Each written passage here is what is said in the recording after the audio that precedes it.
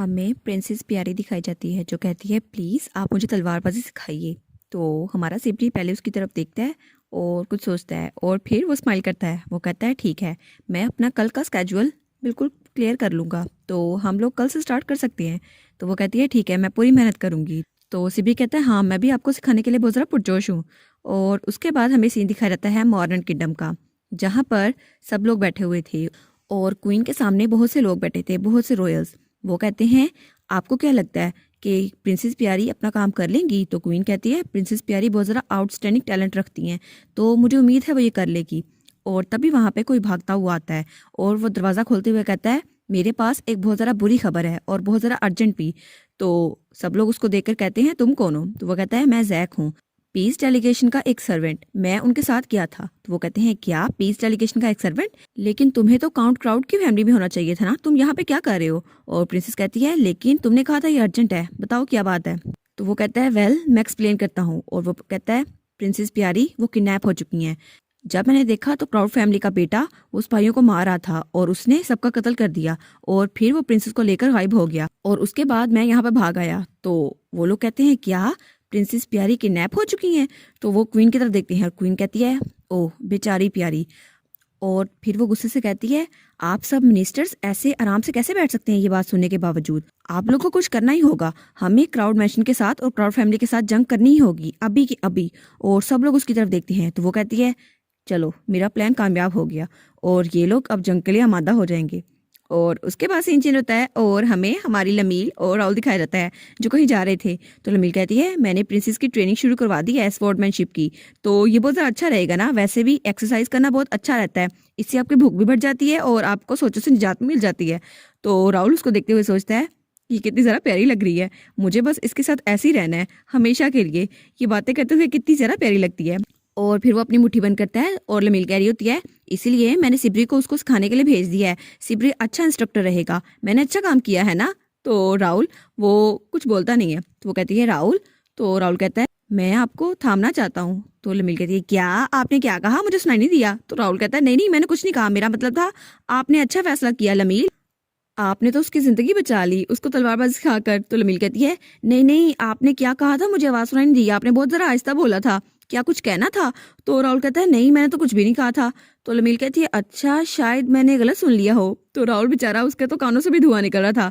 वो कहता है मुझे यकीन नहीं होता मैंने इतनी रिडिकुलस बात की, चलो खुद को संभालो राहुल। तो लमील कहती है अच्छा राहुल जल्दी चलें। तो राहुल कहता है हाँ हाँ मैं आ रहा हूँ। और फिर वो उसके पीछे पीछे चल रहा था और लमील उसको पीछे मुड़ के देख रही थी। और उसके बाद हमें सीन दिखाया जाता है सिब्री और प्रिंसेस प्यारी का, और वो उसको तलवारबाजी सिखा रहा था। और वो कहता है 99 100। और प्रिंसेस प्यारी थक जाती है। वो कहता है चलो अच्छा किया तुमने, कम से कम तुमने 100 तो किए। और वो तो काफी टफ इंस्ट्रक्टर था। तो प्रिंसेस प्यारी कहती है मैं तो बहुत ज्यादा थक गई। तो वो उसको पानी की बोतल देते हुए कहता है पानी पिए और थोड़ा रेस्ट करे। तो प्रिंसेस प्यारी कहती है थैंक यू। और पानी पीते हुए वो जब साइड पे देखती है तो वहां बहुत ज़रा नाइट्स थे। वो सोचती है क्या सच में मॉर्निंग के साथ जंग होने वाली है? तो वो कहती है लॉर्ड सिब्री क्या मैं आपकी किस तरह हेल्प कर सकती हूँ जंग को रोकने के लिए? तो सिब्री कहता है किस तरह हेल्प, क्या बता सकती हैं? तो वो कहती है मैं आपको मॉर्निंग के बारे में इन्फॉर्मेशन दे सकती हूँ। वो कहता है आपको मिलिट्री के बारे में इन्फॉर्मेशन पता है? तो वो कहती है नहीं नहीं उस बारे में तो मुझे कुछ भी नहीं पता। तो सिबी कहता है तो फिर आप पर्सनल लेटर लिख दें। तो वो कहती है लेटर, लेकिन मैं किसको लिखूंगी?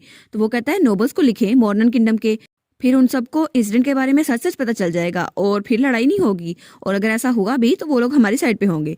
तो प्रिंसेस पेयर कहती है आपको सच में लगता है मेरे वर्ड्स इम्पैक्ट डालेंगे? तो वो कहता है हाँ ऑफ कोर्स, आप वहाँ की प्रिंसेस हैं और फॉर्मर क्वीन के सपोर्टर्स आपका साथ जरूर देंगे, और जो नए सपोर्टर्स हैं वो तो अलग हो चुके हैं लेकिन फिर भी आपकी बात असर जरूर करेगी। तो प्रिंसेस प्यारी सोचती है ये बात सेंस तो बनाती है। तो वो कहता है फिर भी आपके सपोर्टर चाहे थोड़े से भी हों लेकिन इससे हमें टाइम मिल जाएगा। तो वो कहती है ठीक है मैं ट्रेनिंग के बाद उनको लेटर लिखूंगी। और वो सोचती है ठीक है अभी के लिए टाइम बाय करना ये भी बहुत ज़रा अच्छा है। और फिर सोचती है टाइम। तो वो जल्दी से भाग के सिबरी के पास आती है और कहती है क्या आप पहले मेरे अंकल को खत भेज सकते हैं? तो वो कहता है हाँ हाँ ऑफ कोर्स मैं ऐसा कर दूंगा। और उसके बाद वो खड़ा होता है और कहता है वेल आपने रेस्ट कर लिया है ना, तो फिर से तलवार को स्विंग करना शुरू करें? तो वो कहती है क्या अभी ट्रेनिंग खत्म नहीं हुई? वो कहता है नहीं नहीं अभी तो आपने सिर्फ उसको पकड़ना सीखा है, अभी तो आपको तलवार को लहराना भी आना चाहिए। तो वो कहती है ठीक है मैं समझ गई, और फिर से तलवार मारना शुरू कर देती है। तो वो कहता है ये तो ठीक है लेकिन आपको अपनी बॉडी को सीधा रखना होगा और तलवार को बहुत जोर से मारना होगा बिल्कुल इस तरह। और वो उस लकड़ी के डंडे को बिल्कुल ही हिला कर रख देता है। और तब तक वो टूट भी चुका था। तो प्यारी उस डंडे को टूटा हुआ देखती है और सोचती है क्या। तो सिबरी कहता है अब आप ट्राई करें। तो वो कहती है मैं, और वो कहती है क्या, मैं ऐसा नहीं कर सकती, मैं इतनी ताकतवर नहीं हूँ, आपके जितनी तो बिल्कुल भी नहीं। और उसके बाद सीन चेंज होता है और हमें फिडल दिखाया जाता है जो कहीं जा रहा था। और वो सोचता है मैं जब फॉरेस्ट को क्रॉस कर लूंगा तो मैं मॉडर्न किंगडम में पहुंच जाऊंगा, लेकिन ये ऊपर जो चीजें लटक रही हैं ये है क्या।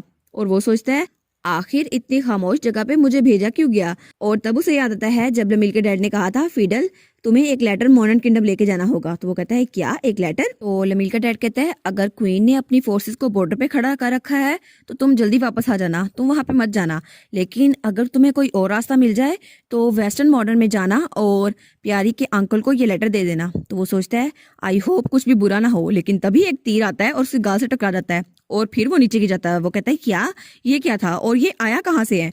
और तब पहाड़ी के ऊपर बहुत ज्यादा स्पाई खड़े थे। वो कहते हैं ये कौन है। तो फिडल कहता है ये लोग तो अनफेमिलियर नाइट्स लग रहे हैं और ये मॉडर्न किंगडम के यूनिफॉर्म में है। वो कहता है मेरा नाम फिडल है और मैं काउंट क्राउड की स्टेट से आया हूँ।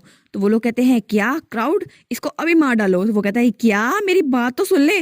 वो कहता है अभी अगर मुझे जान बचानी है तो मुझे भागना होगा। और वो जल्दी से वहां से भाग जाता है और वो वहां से भागते हुए सोचता है काउंट मैं इस सिचुएशन में लेटर कैसे डिलीवर करूंगा, कुछ तो मुझ पे रहम खाते। और फिर सीन चेंज होता है और हमें कुछ दिनों के बाद का सीन दिखाया जाता है जहाँ सब मिनिस्टर बैठे हुए थे और उनमें से कोई कहता है मुझे समझ नहीं आती उन लोगों ने अपनी फोर्सेस इकट्ठी करना शुरू क्यों नहीं की और साउथ की फोर्सेस हमें सपोर्ट क्यों नहीं कर रही। तो दूसरा कहता है मुझे बताया गया था कि प्रिपरेशंस बड़ी स्मूथली चल रही हैं। तो वो कहता है हाँ, लेकिन फिर भी कुछ मसला तो है। तो क्वीन कहती है क्या साउथ की फोर्सेस ने कोई एक्सप्लेनेशन दी। तो वो कहता है हाँ, उन्होंने कहा था कि वहाँ शॉर्टेज है सोल्जर्स की। तो क्वीन कहती है क्या ईस्टर्न फोर्सेस के बारे में क्या। तो वो कहते हैं हाँ, उनके जनरल का बेटा वो तो बहुत ज़्यादा बीमार है इसलिए वो हरकत नहीं कर सकते। तो क्वीन कहती है क्या, ये तो ऑब्वियस एक्सक्यूज है, या तो उनके पास टाइम नहीं है या सोल्जर्स कम है, ये कैसा एक्सक्यूज हुआ भला। और इन्होंने तो लगता है शुरू से मुझे नापसंद किया हुआ है इसलिए वो लोग फोर्सेस नहीं भेज रहे। तो क्वीन अपना पैंतरा बदलते हुए कहती है हाँ फिर भी उन लोग को साइड पे रखो, ड्यूक हैजल के बारे में क्या। तो उनमें से एक कहता है वेस्ट की फोर्सेस का जो कमांडर है वो प्रिंसेस प्यारी का अंकल लगता है, तो इसलिए वो लोग इसको नहीं भेज रहे, शायद उनको इस बात पे यकीन नहीं है कि प्रिंसेस प्यारी किडनैप हो चुकी हैं। तो क्वीन कहती है अगर मेरा प्लान कामयाब ना हुआ और मैं एक्सपोज हो गई वो तो मुझे लाजमी मार देगा, लेकिन खैर एक वेस्ट के जनरल को कैसे ही पता हो सकता है मेरे प्लान के बारे में। तो दूसरा कहता है हाँ प्रिंस भी बहुत ज़रा अनहेल्दी है। तो वो कहता है क्या अनहेल्दी। तो वो कहता है हाँ, ऐसा लगता है उन्होंने बहुत ज़्यादा ड्रिंक कर ली थी इसलिए वो खून की उल्टियाँ कर रहे हैं, वो बहुत ज़्यादा बीमार हैं। तो क्वीन सोचती है जैसा बाप वैसा बेटा, उसकी कंडीशन तो बहुत ज़्यादा सीरियस होगी है ना। तो वो कहते हैं हाँ हाँ, वो तो खून की उल्टियाँ कर रहे थे और बेहोश हो गए थे। तो क्वीन कहती है लगता है वो बहुत ज़्यादा क्रिटिकल स्टेट में है। तो वो कहती है तो फिर उन सोल्जर्स के बारे में क्या जिनको हम मोबिलाइज कर सकते हैं, और जो बॉर्डर के करीब हैं 12,000 सोल्जर तो हो जाएंगे ना, और क्राउड के सोल्जर तकरीबन 4,000 हैं, फिर भी हम उन लोगों से 3 गुना ज्यादा होंगे, तो जीत हमारी होगी। और वो सोचती है मुझे क्या करना चाहिए इस केस में, जीत तो हमारी होगी लेकिन ये लोग मेरी बात मानेगी भी या नहीं। और फिर सीन चेंज होता है और हमें वार वाला दिन दिखाया जाता है जिस दिन वार होनी थी, और हमें एक टेंट दिखाया जाता है जहाँ पर एक सिपाही अंदर आते हुए कहता है क्या आपने सुना, वहां पर प्रिंसेस प्यारी का अंकल खड़ा हुआ था। वो कहता है प्रिंसेस के किडनैप होने की खबर, हाँ मैंने सुनी तो थी। तो वो कहता है हाँ हाँ, लेकिन सोल्जर में बहुत ज़रा कोयोस फैल गया है, वो लोग इस बात को सच समझ रहे हैं, तो हमें वार करनी चाहिए या फिर नहीं।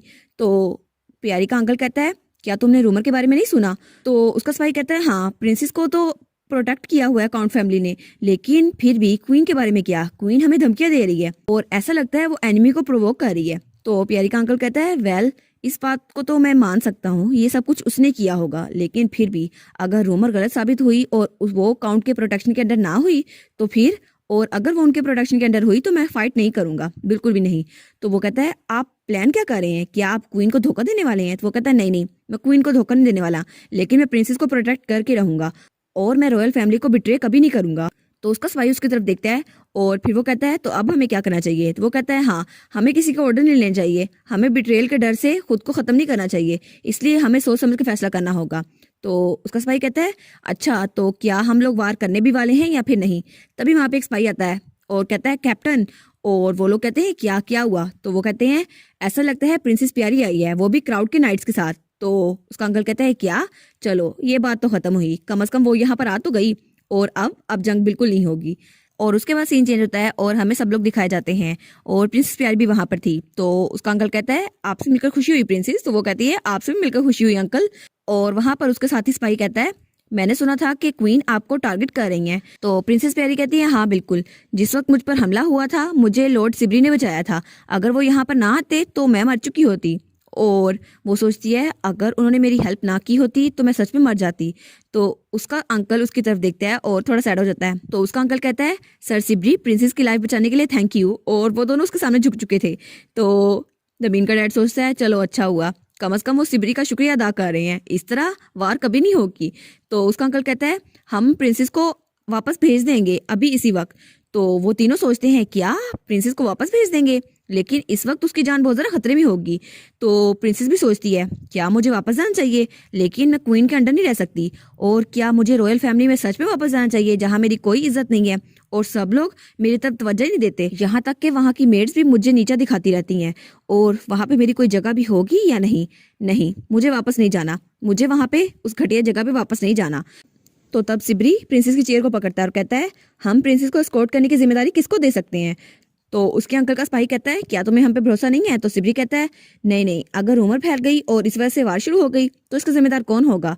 तो लमील का डैड कहता है ऑल राइट सिब्री, बस बहुत हुआ, उनको ये बात खुद करने दो। और प्रिंसेस का फ्यूचर वो बहुत ज़्यादा इंपॉर्टेंट है, इसलिए हम यहाँ पर आए हैं। तो वो कहता है इस वजह से। तो लमील का डैड कहता है बिल्कुल, इस वक्त मॉर्निंग के पास दो चॉइसेस हैं, या तो वो हमारी हेल्प ले और नवेरिया पे हमला कर दे, या फिर दूसरी ऑप्शन वो इस सब को पीसफुली हल कर दे और मॉर्निंग की स्टेबिलिटी को कायम रखे।